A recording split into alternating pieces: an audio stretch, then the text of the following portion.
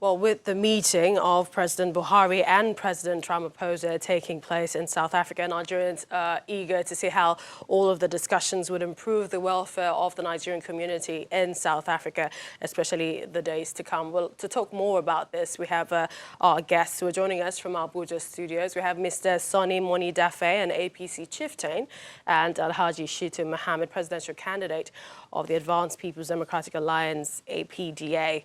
Thank you so much, gentlemen, for joining us on the program. My first question will be to you, Mr.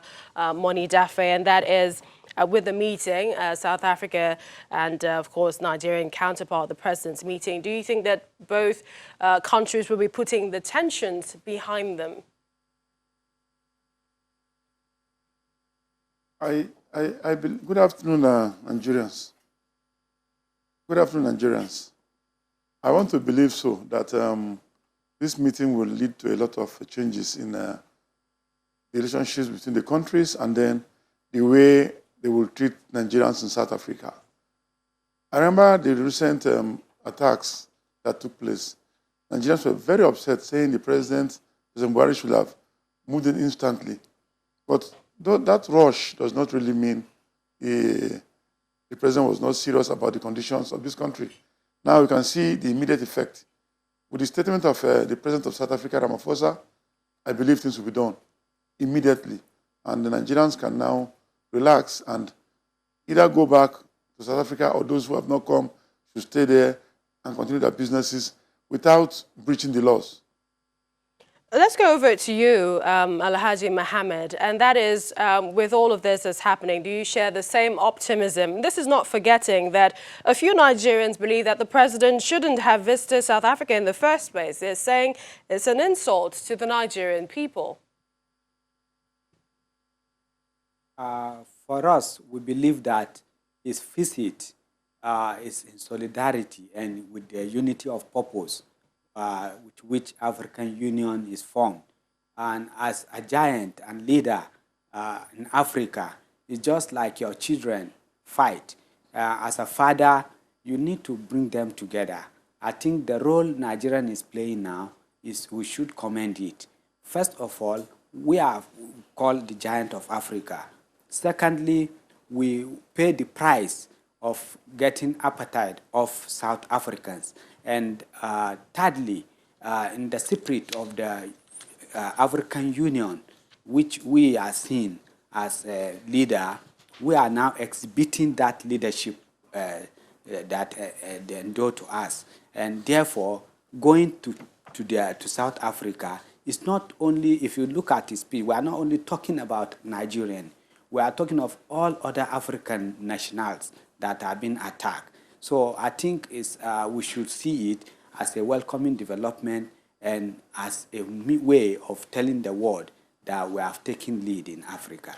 Mr. Moniedafe, some analysts say that despite the the meeting, that President Buhari's visit appears unlikely radically to bolster relations between the two countries. And they're saying this because of years of bad management on both sides. I mean, what's your thoughts on this, seeing as well that the task before Nigeria's president in South Africa is the well-being of Nigerians, their promotion of trade and investment, and binational commission. They're saying just a one-off visit won't cut it. Well, you have to start somewhere. The president has gone to visit South Africa with a high-powered delegation, and he has done his job. The rest is up to Nigerians. Go in there and do legitimate business. Nigeria is a very attractive country, over 200 million population, and people who are very vibrant, who excel in whatever they are doing, who are a ready object for people who want to make money. Look at MTN. In the history of international politics, economics, no company has ever invested monies and within a year got an ROI, return on investments, like MTN did in Nigeria. Look at the various shops we have here. They are making businesses across the whole length and breadth. So the president has done his own part. It's up to us Nigerians and South Africans to make sure we follow through. The president cannot be spoon-feeding us all through.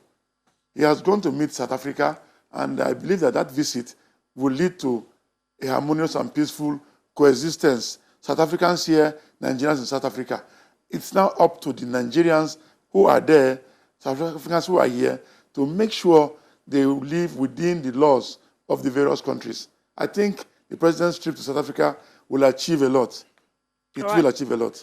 Alhaji Mohammed, there's been the issue of reparations, compensation for Nigerians affected by the violence. Do you see Nigerians getting it? And if we don't, what steps do you think we should take?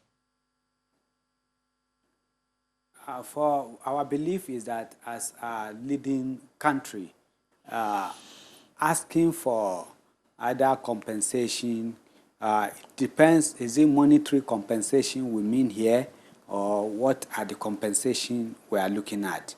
As a leader, as a leading country in Africa, first we must be seen to be putting justice before anything we do. Now the president is there.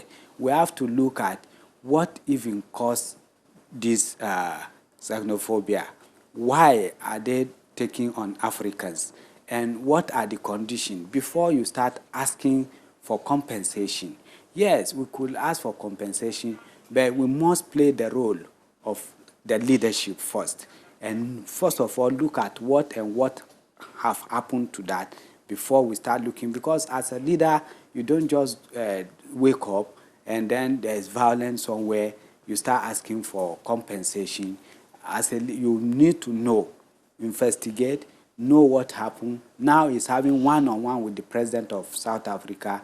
There are issues that may not be able to come into public that they will now discuss, he will now tell them, and then they will put up. It is after that we could now look at, okay, is it our citizens that are there that cause the problem, or is it their citizens, before we're now talking of asking for compensation? So let's work at wrapping up this discussion, and I'll go back to you, Mr. Moniedafe, and that is, I mean, when we look at how it's all started, 1994 in South Africa, xenophobia attacks on not just Nigerians, but then other African migrants. Do you see this visit with the two biggest economies as the end of xenophobia? I think so, because nobody is happy to have the kind of situation we've had in the past. Yes, there were South Africans who were very discomforted, uncomfortable with Nigerians there, because we know how Nigerians are. Nigerians are very domineering. We take charge of everywhere we are. So definitely some people were overwhelmed and they reacted. Now you cannot control every single South African's thinking or mindset. It cannot be done. All you have to do is advise Nigerians to make sure they live within the laws of those areas, and get our consulate office in South Africa to be up and doing. Because the way we saw so many deaths before these attacks, if the right things had been done ab initio, we wouldn't have gotten to this stage. We must get to a stage where our representatives in the various consulates or embassies in all countries in the world agree that Nigerian, one single soul, is sacrosanct. If you speak vehemently against any attack by any Nigerian in South Africa or any country, they will wake up. But you see, we have this attitude of saying, Nigerians, you're on your own, which is not right. Now, conversely, the Nigerians overdo things at times. But two wrongs don't make a right. I want to appeal to those in government, in the various embassies and consulates all over the world, to ensure that they don't joke with the lives of Nigerians. All right, Alhaji Mohammed. Attacking one, let's quickly go over to Alhaji Mohammed as we wrap up this discussion. And my question to you will be, would you say that the federal government is committed to taking care of Nigerians abroad, seeing that some of these skirmishes also happen in some other African countries? The issue of federal government committing, first of all, in this respect, we will have to thank Air Peace that have sent aircraft to take our citizens back to Nigeria. And secondly, it is because the federal government are concerned that you see for Mr. President to take a 3-day trips to South Africa. That also is a concern to show that, yes, we are not only for the Nigerian citizen, but for African citizens that are in South Africa and that are affected with this menace. All right, we'd like to thank you so much, Mr. Sani Moniedafe, and APC Chieftain, and Alhaji Shitu Mohammed, presidential candidate of the Advanced People's Democratic Alliance, both for joining us on the program.